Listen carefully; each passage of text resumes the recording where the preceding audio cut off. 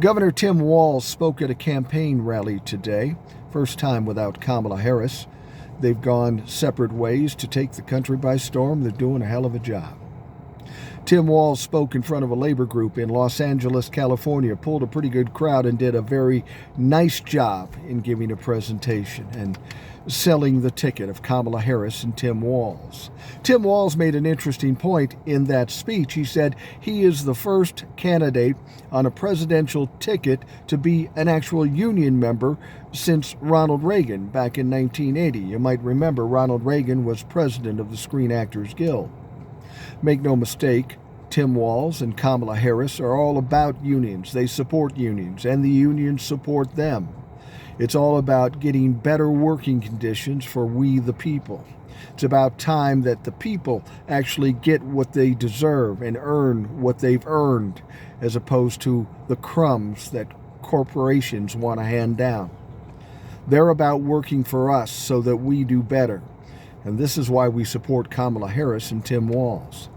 Now, the one thing that I found kind of annoying is that Tim Walz, in this speech, had to defend his military service. Are you fucking kidding me? J.D. Vance is trying to suggest that he was cowardly because right after he retired, his group was sent off and deployed to Iraq. Keep in mind, Tim Walz enlisted in the Army National Guard when he was 17 years old. In 2005, after spending 24 years in the service, he decided to retire and run for Congress. Now, in order to retire, you've got to get those preparations going on about a year ahead of time, so he had no idea what was going to happen after that. That's just the way it worked out. But it's absolutely bullshit that a man who dedicates and sacrifices 24 years to the military for this country, he has to fucking defend it. Especially when J.D. Vance, who is admirable for going into the service as well, only spent 4 years. The fucking audacity of it all.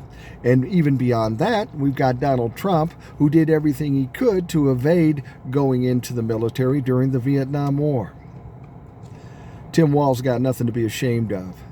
He's a squeaky clean guy. They can't find anything on him, so they gotta make shit up. Sorry, bitches, it's not working. We're not buying it.